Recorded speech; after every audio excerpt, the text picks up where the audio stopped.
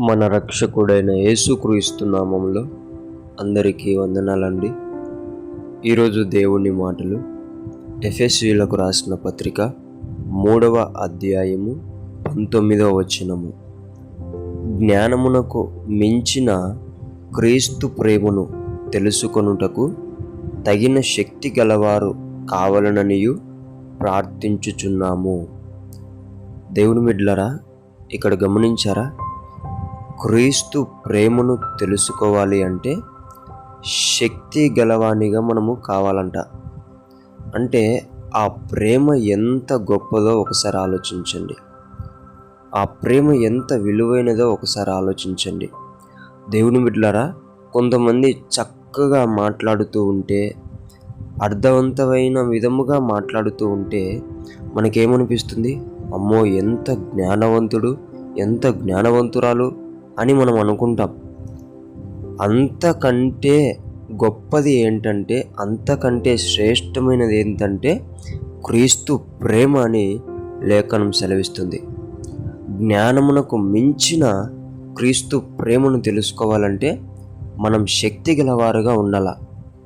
మనము లోకంలో ఉండే నార్మల్ పీపుల్ లాగా, నార్మల్ మనుషుల్లాగా ఉంటే మనము దేవుని ప్రేమను తెలుసుకోలేం. ఆ క్రీస్తు ప్రేమను తెలుసుకోవాలంటే మనము శక్తి పొందుకోవాలా.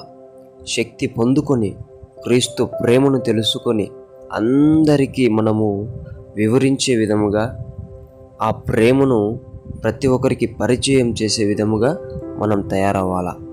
దేవుని బిడ్డలారా, నీవు గనక అటువంటి ప్రేమను తెలుసుకోవడానికి శక్తి గలవానిగా దేవుడు నిన్ను తయారు చేశాడంటే నువ్వు దేవుని స్తుతించు. ఒకవేళ క్రీస్తు ప్రేమను ఇంకా గుర్తించలేకపోతే నీవు శక్తి గలవానిగా అయ్యేటట్టు ప్రార్థించుకో. దేవుడు నిన్ను శక్తిమంతునిగా చేస్తాడు.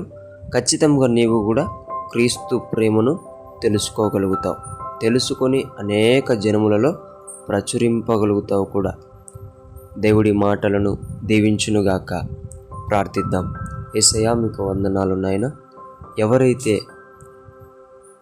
నీ ప్రేమను తెలుసుకోవాలనుకుంటున్నారో వారిని శక్తితో నింపమని ప్రార్థిస్తున్నాను ప్రభువా. నీ ప్రేమను తెలుసుకొని ఉంటున్నారో వారందరినీ దీవించమని ప్రార్థిస్తున్నాను ప్రభువా. జ్ఞానమునకు మించిన నీ ప్రేమను తెలుసుకున్నటకు మేమందరం శక్తిమంతులవుటకు మా అందరి గురించి నీవు పడే తపనం బట్టి నిన్ను స్తుతిస్తూ గణపరుస్తూ యేసు నామమున ప్రార్థిస్తున్నాం తండ్రి. ఆమెన్.